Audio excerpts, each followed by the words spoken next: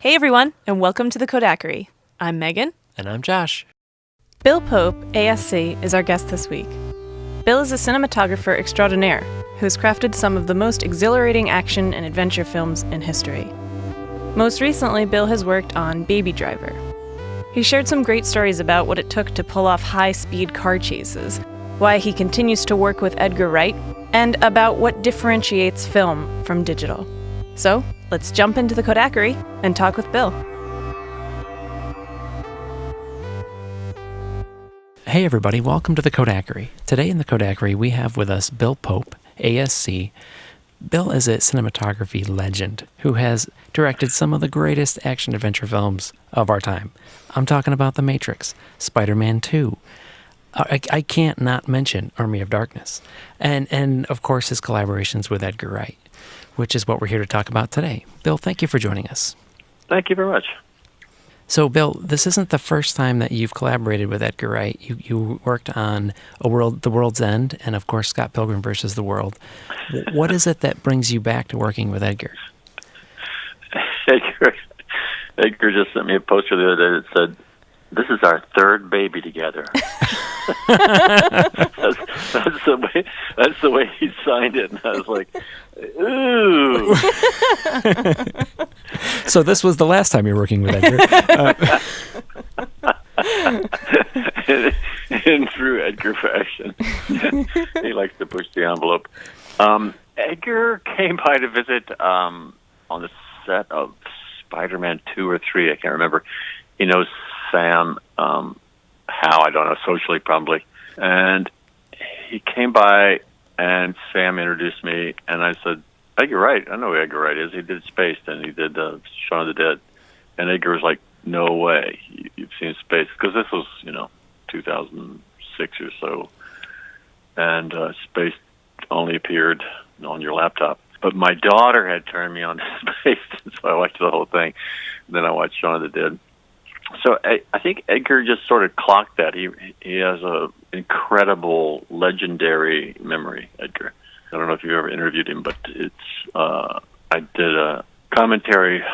We did a commentary together the other day, and I walked in and I said, "How's it going with Edgar?" And the operators looked at me and said, "He has the most amazing memory of anybody we've ever seen.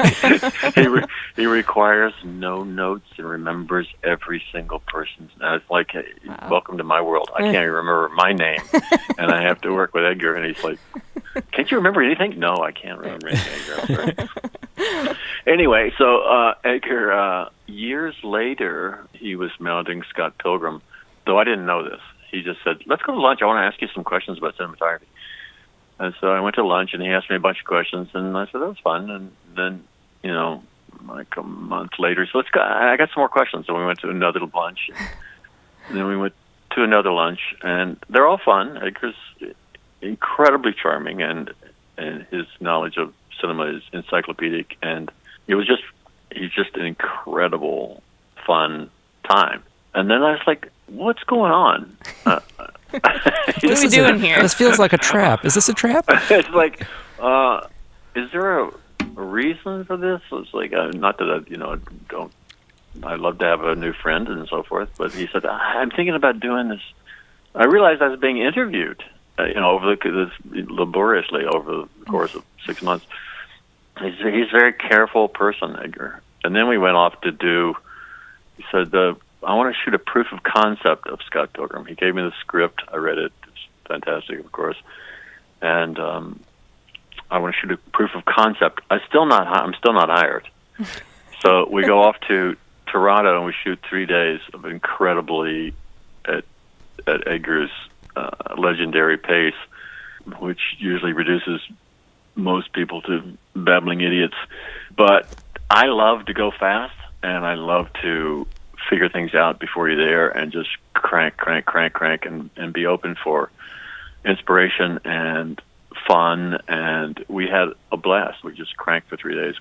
We had to put the crew in the hospital afterwards, but well, you got the job. And after that, suddenly I realized I'm hired. There were never any official hiring. Suddenly I'm going to Toronto to shoot the movie. It's like, That sounds very relaxed. Yeah.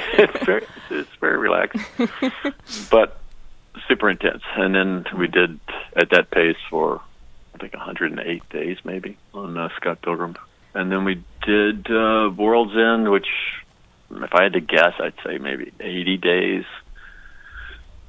And then we did this movie, which probably 55 days, I think, for this one. Is that uncommon, or does it really just vary from film to film? Is 55 like pretty short? 55 is pretty short. The studio, it was meant to be 60. The studio decided we didn't need 5 days. So they're always very cost conscious on this one. So the week before we started, they cut 5 days out of the schedule, which even at 60, we were really having a tough time fitting everything inside the bag. But at 55, Edgar made some token promises that he would cut some stuff, but that's never going to happen. So the directors don't cut things. So we just fit the same amount in a much smaller bag. I don't know. I would think it would raise the pressure a little bit, especially with a movie that has like a lot of stunts and car chases and stuff like that. Did it? There was enormous pressure on this one. Yeah. And I think, Scott Pilgrim underperformed, and I've never quite been able to figure out quite why.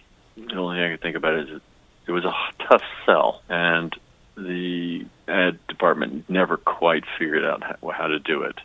What is Scott Pilgrim really? It's a rock and roll superhero movie. It's like, is it a comedy? Is it adventure? It's really, Edgar's always doing a mashup of genres, so it's really hard to figure out what his movies are. If you look at World's End, it starts out as a relationship movie about an alcoholic who's going back to work out his life and with his friends and so forth, and it ends up being about aliens. At page 40, right. Maybe it was even page 60. It was like I remember reading the script and going, "What the heck?" It's like, this is really good, and then suddenly I'm completely in. This has never happened to me before. The movie just took a massive left turn, but it makes them hard to sell because you don't really know. The audience is like, which one is it? Right. They like to know. Once they get in, I think they're really happy to have somebody expand their horizons, but getting their butts in the seats is really hard. Coming into this one, we felt the pressure of the last two, and then there was then our aborted take on Ant-Man, which we just could not seem to get along with Marvel at all, and we both just walked or ankled, as Variety used to call it, and so there was that pressure. There's enormous pressure on Edgar to perform on this one. So cutting those 5 days right before we were going was like, oh my God. Good start. And with one hand tied behind your back. Right. Oh, and here's a blindfold. Right. Just to make sure it's a challenge. Yeah. Yeah. Well, full disclosure, Josh nor I have seen Baby Driver yet. We're very excited to see it. And in case we haven't mentioned, and we'll mention again, comes out on June 28th, correct? Yeah. Okay. Thank you. Yeah, well, one of the things that we learned about in researching was that the soundtrack was really important to all of his films, but particularly this one. And so we were wondering how that affected you as the cinematographer. We heard that the actors got thumb drives of the soundtrack and they were listening. Were you doing the same? Oh, yeah. When he delivers the script, he delivers a thumb drive. So you read the scenes listening to the music. That's pretty cool. I think the actors was even more connected somehow. He sent it to them as a file, and as you read it on your laptop, it was playing the music. I think it was all integrated. That is Whereas awesome. mine, I got a thumb drive and I pressed the buttons and listened to it as I was Right. reading it. Okay. He picked the songs first. Over years, he's picked the songs. So this would be a good song for this sort of scene. This would be a good song for this sort of scene. This would be a good song for this sort of scene. And then he wrote the scenes and started fitting the film around it. And things gestate with Edgar over long periods of time. And then he sort of strikes like a cobra He's there. So when you're planning these scenes out, a lot of the scenes are actually in time with the music, correct? So how does that get done? And when you're doing like a car chase, an action sequence, is some of that editing, or is it timed out as you're shooting? Well, of course, it's different for different things. Almost all of it has to do with editing, of course. But within a shot, oftentimes there are things that have to be timed out just within the shot or within a sequence. You'll see there's an opening bank robbery sequence in which everything is done to music, but you can see that pretty much everybody's action is on the cut, except for Babies, who is performing to the song inside the car as his co-workers are robbing the bank. He's outside in the car actually performing the song. And he's singing it and doing all the he's playing all the instruments, air playing, and he's turning the windshield wipers on and off, and the windshield wipers are moving to the beat. Cars are going by on the beat. Passers-by are looking at him on the beat. Everything's happening on the beat, most of which can happen on the edit, but he's wearing a wig, and we are having an earwig, and we have speakers on the set so that he knows, when to wave, when to turn the wipers on, when to, all that stuff. There's several scenes in which windshield wipers move to the beat, and then they move double time, so we had to have somebody in the trunk of the car with a windshield wiper controls. That was another glamorous film job. There's several shootouts, and most shots are cut on the beat, but there'll be, Jamie Foxx or John Hamm or Asa will be firing the weapons, bap, bap, bap, bap, bap, bap, bap, bap, bap, bap, and they've memorized the song, and the gunfire is probably drowning out the music to them. So there's a choreographer there counting out the beats and saying now, with the baton almost, so everything's on the beat. And whatever, Edgar's deeply into switch pans on the beat and switch pans in on the beat and camera moves on the beat. And all that has to be choreographed and thought about. And so the camera operators get the songs, the lighting people who are flashing the lights, they get the songs. Everybody's memorized these songs. So that's pretty cool. Everybody's on the same page. It's really great. I don't know if you remember Day for Night. I suddenly flashed on Day for Night. I don't know if you ever saw the Truffaut movie, but there's a love poem in the middle of it. Two people walking through the forest, having an intimate scene, and Truffaut pulls back, and you see the camera operators moving. They're being dollied along, and the grips are trying to step on the same beats that the actors are walking on, so that their footprints are not crushing leaves over the soundtrack. And you pull back, and the sound people are walking on the same way, and the script supervisors walking the same way. The directors creeping by in the same way on this forest thing, and you see the incredible choreography that a crew goes through to capture a simple walk and talk through a forest. And it's just a poem about how a crew suddenly becomes one, and everybody's pulling with all their might. They're rowing the boat together to get this thing done. And Edgar just amps that up to a whole another level.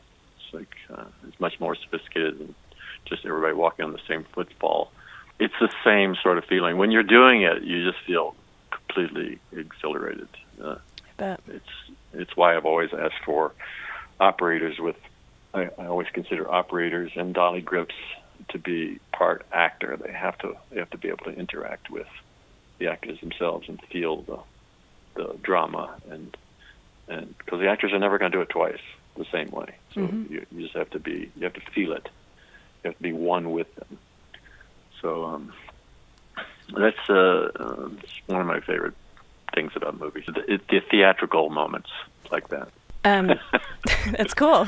No, it's really one of the things that we hear a lot about is when you're using film on a set. So you shot this on film. I know that you've shot a variety of different things, but does film impact the set in a similar way where it potentially, like we've heard from other cinematographers and directors where they're like, film really kind of helps keep people on point because you're not shooting endlessly and things like that. I mean, what are your experiences? Exactly right. Mm-hmm. It's just a discipline. It's just, the magazine can last 10 minutes long. You get, the slate comes in fast. Everybody's on their toes. It becomes sort of flaccid in the digital world. Everybody's like, it becomes a millennial picture where everybody's, they think about, they're on their phone, they're like whatever. On film, it's a complete old-fashioned discipline. You have to, it's got to be in the can, it's got to be split off, it's got to go to the lab, it's got to be returned. It's like everything's got a deadline to it and a precision to it that people step up to. Right. I've watched the discipline fade over the years, but it's not hard to start it up again. And when people get into it, they're into it. That's great. And when you're doing a film like we've just talked about, like these extremely intricate, complicated scenes, how are you selecting the right film to use for some of these action scenes, car chase scenes? You've got all of this complexity through it. Does it factor into how you're planning your shots and which ones you're doing when and all that kind of stuff? You're talking about film stocks? Yeah. In this one, I knew I would be shooting at many different frame rates and in many different lights.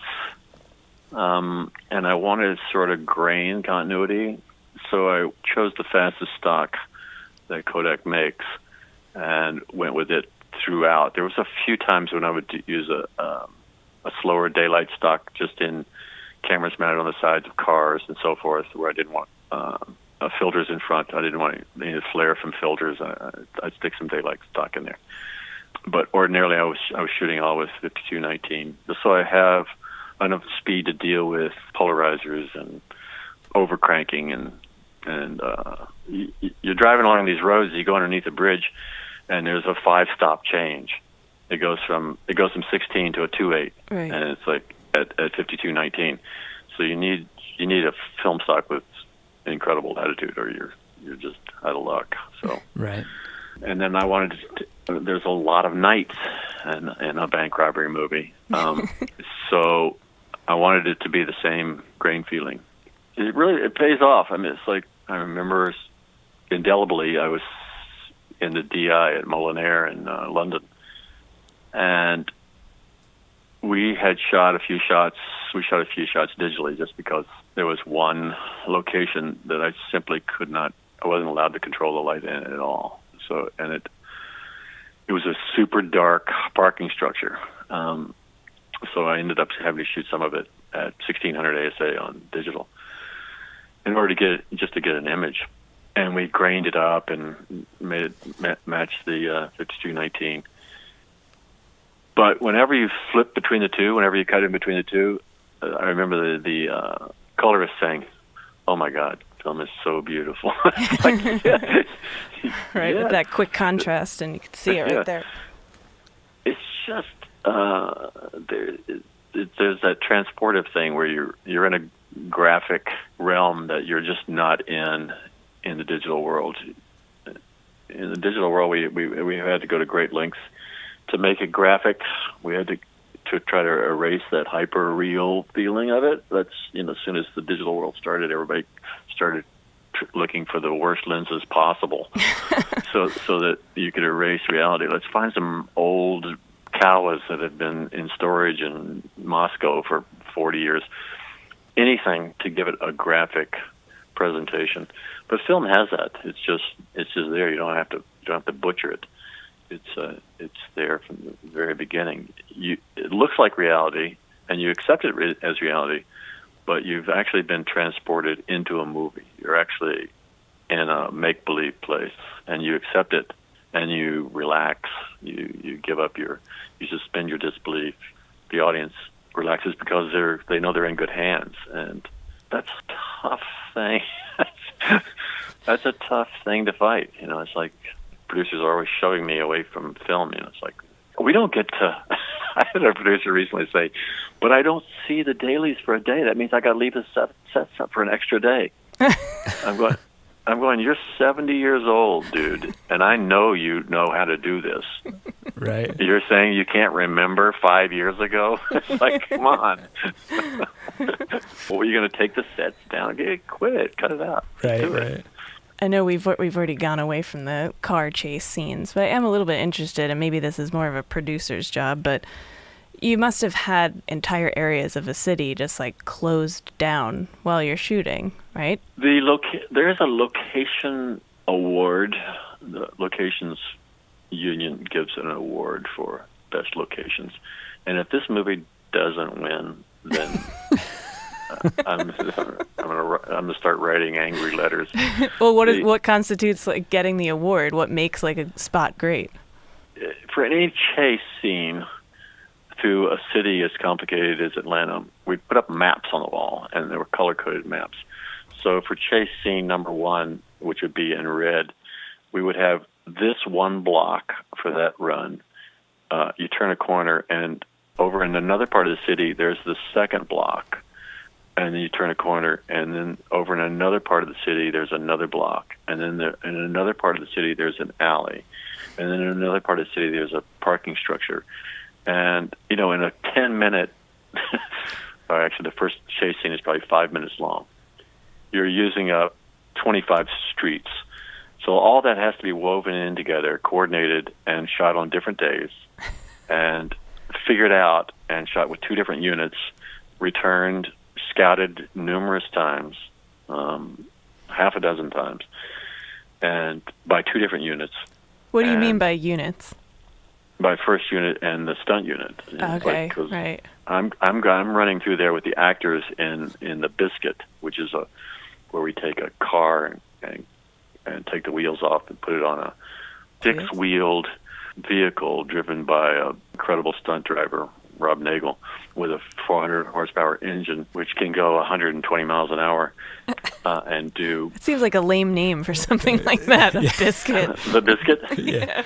I never even thought of that. Once you see the Biscuit, it's like you'll never think about biscuits. Yeah, sure.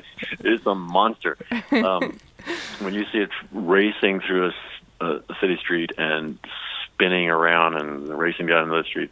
Anyway, the interior shots with all the actors were shot on that sort of vehicle. That's my job. Mm-hmm. The exterior shots, car to car, that's almost always the stunt unit. That's Russian arms and other camera vehicles chasing cars down the same streets, but on a different day. Right. And the lighting has to be the same? The lighting has to be the same, but more importantly, the backgrounds have to be the same. Right. When I'm looking at the actor behind him, those buildings, parked cars, all that has to be, the parked cars have to be put back in the same place. The people walking on the street have to be the same. Wow. Everything. Your lighting is probably your the least easy part. controllable Yeah. thing. Right. It's But a you hard can't thing have to like schedule. a hot dog cart show up in the middle of the scene that wasn't there before, that kind of stuff. Well, it's also, you just got to close it off because you're racing down these streets at 60 to 100 miles an hour, so and smashing cars, so everything has to be completely controlled, Right. including all the pedestrians and so forth. That's why I'm just talking about the locations. Just think about, you have to have somebody in the doorway of every building. Nobody can step out the building and into the middle of a car chase. It's just the logistics of all that were phenomenal. And you're only going to get one block. They're only going to give you one block. Right. And then they gave us for the first time, and maybe the last time, they gave us their main freeway, the 85-75 freeway, which is the one recently where a bridge collapsed. Oh, right. You saw it on the news. Atlanta, yeah. It's one of the busiest freeways in the country, if not, it's like the 405 kind of. And they gave us that freeway as a running roadblock where a phalanx of cops are in front of us, a phalanx of cops are behind us, and they're holding people back, and we're driving a controlled pod. All the cars next to us are ours. All the cars on the right and left are ours, and we're all peeling down the road at 60 to 100 miles an hour with cops in front of us and back of us. There's no pressure there, though. Right. And then everybody turns around and goes back and does it again. Wow. Again, and they, you know, they're like, okay, we will give you 3 hours. And you've got, you know, just an incredible number of shots to do in those 3 hours. So Better turn that focus requires, up, yeah. I'm Right. Sure. Yeah.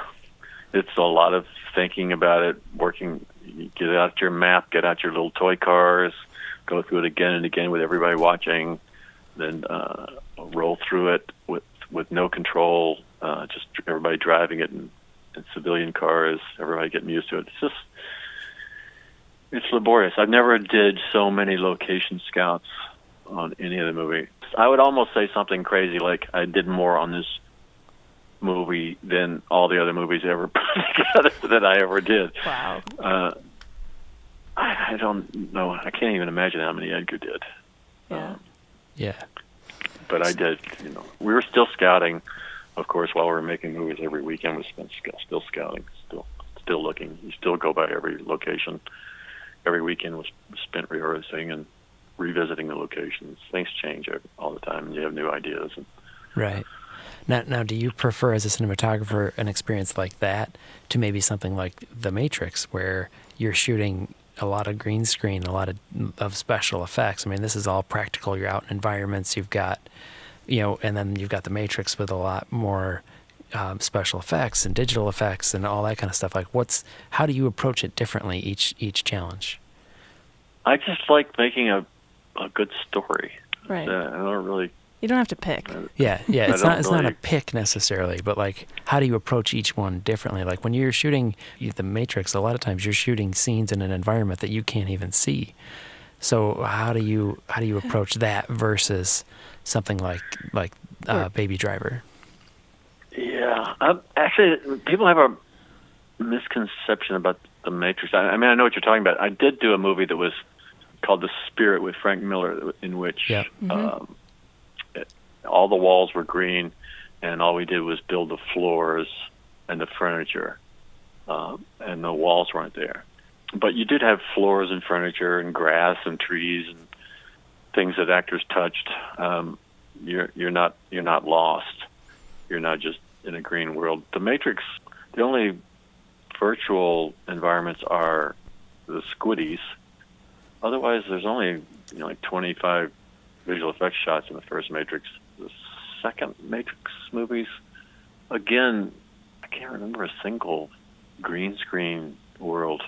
I just don't think it existed. We built just about everything. Even on Jungle Book, in which I made it first in a computer, I still shot it on a stage with sets. So, like in The Matrix, the scene where like Neo fights all of the other Agent Smiths, and all like, that was on a set. Oh. That's like that was on a set, and we had 12 guys dressed as Agent Smith, and they all went to Agent Smith school. They all learned how to walk and talk like Hugo. They were all had their heads shaved like Hugo. By the way, the guy doing Neo, the guy playing Neo, is the director of John Wick. Huh. And really, one of the Agent Smiths is the director of whatever the new Charlize Theron movie is. Atomic Blonde. Atomic Blonde, yeah. Huh. So those stunt people have gone on to become directors in their own right. And the other one was another one was Darren, who was the second unit director and stunt coordinator on Baby Driver. Nice. Yeah. That's awesome. Breeding awesome. directors. Yeah. Yeah. And exactly. So You're training them well. Any director likes to have other filmmakers around them. You don't want a piece of meat who's not going to give you an opinion. You want people who are smart and are contributing all the time. And obviously, Chad and Darren and all those guys were smart as whips, and they were always contributing. They were always saying we can do this, we can do this. They're working out the fight sequences. They're helping you make the movie. Right.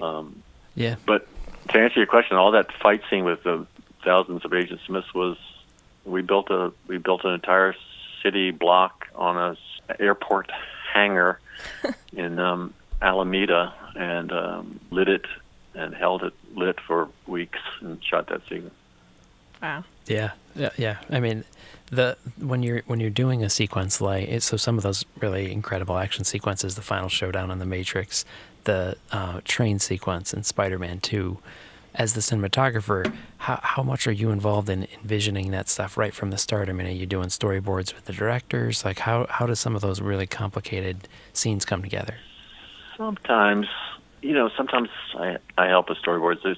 Certainly the storyboards are fed to me as early as possible for my feedback. But a lot of times, like Edgar starts doodling on paper, pretty final. It pops out of Edgar's head. He knows shots start coming out, even though they're stick figures. I could use those storyboards and make a movie with it. And then they're given to a storyboard artist who fleshes them out so that they look professional, and the average crew member looks at them and knows what they're doing. They're a communication tool. They come right out of the director's head, and they should come out of the director's head. They're run by me, and I contribute to them, but there's a few times when I've done them from scratch, and I've certainly done movies where I show up and do the shot lists. But that's just the director asks you to do that, or the director has other concerns. And some directors are good with some kinds of scenes, and they're not good with other kinds of scenes. So you'll do the boards for the action scenes, and they'll do the boards for the acting scenes, or vice versa. Or they know one scene, they've dreamt it, they've got it in their heads, and they got another one, they're like, I don't quite know how we're going to do this, and that's when you jump in. I mean, have you ever gotten a storyboard and you're like, yeah, that's not possible? All the time. That's why it would be good for you to be like there saying, hey, put the brakes on that one. or this is not really clear. I think the beat you're going for is this, and it can be done this way. What do you think of this option? Right. Or even this option. They go, oh, yeah, it's much better. It's much cleaner. Mm-hmm. Or whatever. Or no, I like mine because it has this. It's just you're just a sounding board. You're just bouncing things back and forth. And in a way, I'm the first person to see the movie. So I'm the first audience member. And I often say to directors, when I start to look, I can be really annoying because I'm just going to say what's in my head. I'm not going to filter it too much. I'm going to be direct feedback to you because I feel like that's my job. Yeah. And if you get annoyed with me and tell me to fuck off, I don't take it personally, completely. But I'm not going to stop. Right. Right. That's just because otherwise I'm not doing my job. Yeah, that makes sense. What looking at what's coming up next for you? We've got Baby Driver coming out June 28th. Everybody go see it. It sounds incredible. Megan and I will be in line, ready to go. Awesome. I'm going to drive really fast to get there. Right. We're paying for it with a bank we just robbed. What's on the horizon? What's coming up next? I'm going to go off to London to do a movie with Joe Cornish, the director of Attack the Block. This one's called The Kid Who Would Be King, and it takes place in London now. As Joe has a regular radio show in London. It's quite famous comedy and radio show, and Joe likes to introduce the movie as when Britain is torn, when Britain is leaderless, when times are terrible, when no one can trust anyone else, the sword will arise. And what it is this 12-year-old kid pulls Excalibur out of a stone in a construction site, and it's Excalibur, and just bad things happen. And he's just a regular school kid in his school uniform, and he's 12 years old, and he and his friends, his other 12-year-old friends, have to defend England against the forces of evil. Awesome. That sounds great. It's pretty awesome, actually. Yeah, that sounds. I will be waiting in line for that as well. I'm sure you will. So I want to end on just kind of one last question. It seems like you're looking through the filmography, the work you do, like action, adventure, genre films are things that are close to your heart, things that you keep coming back to. What is it about the types of films that you've been doing that's pulled you back, and what are you trying to deliver to an audience through the cinematography and the films you're making? Wow.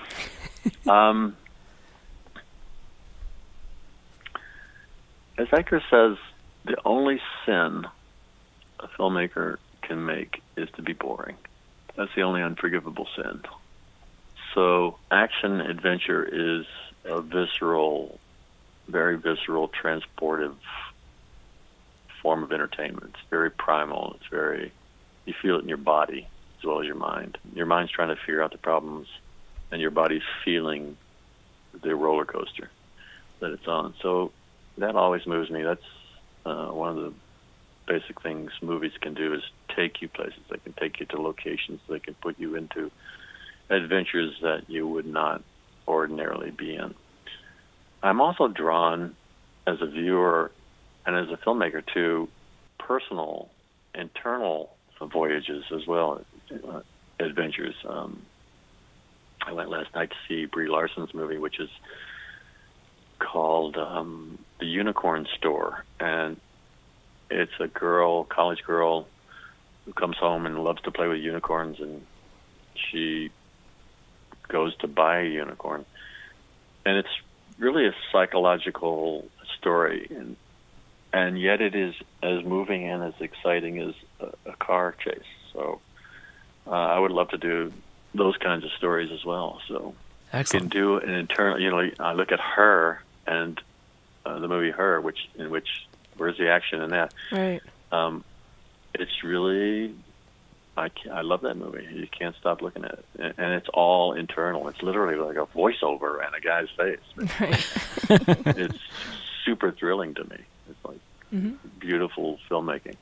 Or take an Ozu movie in which the camera doesn't move at all and people just move back and forth. And he's one of my favorite filmmakers, period. I like all sorts of movies. I love to tell them, but because The Matrix made me known, people always think of me as that guy. They don't remember that I also did Clueless. Right. I didn't forget that. Yep. And honestly, 100 years from now, I suspect Clueless will be the movie that lives on out of all the ones I ever did. Army of Darkness, too. That'll Army of Darkness. It'll never be forgotten. No, Josh is a huge fan. Yep. I just went and saw it on 35 millimeter like 2 weeks ago. Where? Here in Rochester, they showed it at Saturday Night Rewind, which is like they show like all kinds of cool genre films, and it was like Army of Darkness on 35 millimeter. The theater was packed. People were dressed up. It was such a good time. I know those school screens are. I went to one in Toronto, and little kids came with one arm and a chainsaw and stuff. Yeah. Really, paper mache chainsaws. It was like, God, it just never stops. Nope. Mm-hmm. Do you know it's a The other thing to masterpiece? remember about the Matrix movies is those are the last movies. Oh, that's not true. I finished Team America on film in the chemical process through a lab. The three Matrix were done on film, finished in a lab, printed on film. It never went to the digital process. Wow. There was no DIs and those things. So Right. Yeah. I think even myself, like you think of them as such a special effects driven movie that I think you're right. There is a little bit of a misunderstanding of how those were made, and we're so used to green screen and stuff now that it's almost like you're like, oh well, it must have been. It had to be. Mm-hmm. we couldn't afford it. all those bullet time shots were shot in one morning. Wow. Yep. That's all we could afford. Right. And it That still was our holds only up. green screen stage. Oh yeah. I just watched The Matrix last night, and I was like, this could have came out like yesterday, easily. That's funny. Yeah. That's funny. It's If held you up. look closely, every one of those bullet time moves is the same. The camera makes the same move because we could only afford one rig and one morning to do them. So if it's on the rooftop, if it's in the subway, no matter where the bullet time occurs, the camera makes the same journey around the actors. Well, That's how cheap it was. don't tell people that. We had $45 million to make that movie. That's amazing. Yeah. Well, Bill, nobody is going to accuse you of being boring. We're big fans of your work. We look forward to seeing Baby Driver and the next film you have coming up. Thank you so much for joining us on the show. Josh and Megan, thank you very much. It is a great satisfaction to be able to speak to you through the medium of this wonderful invention.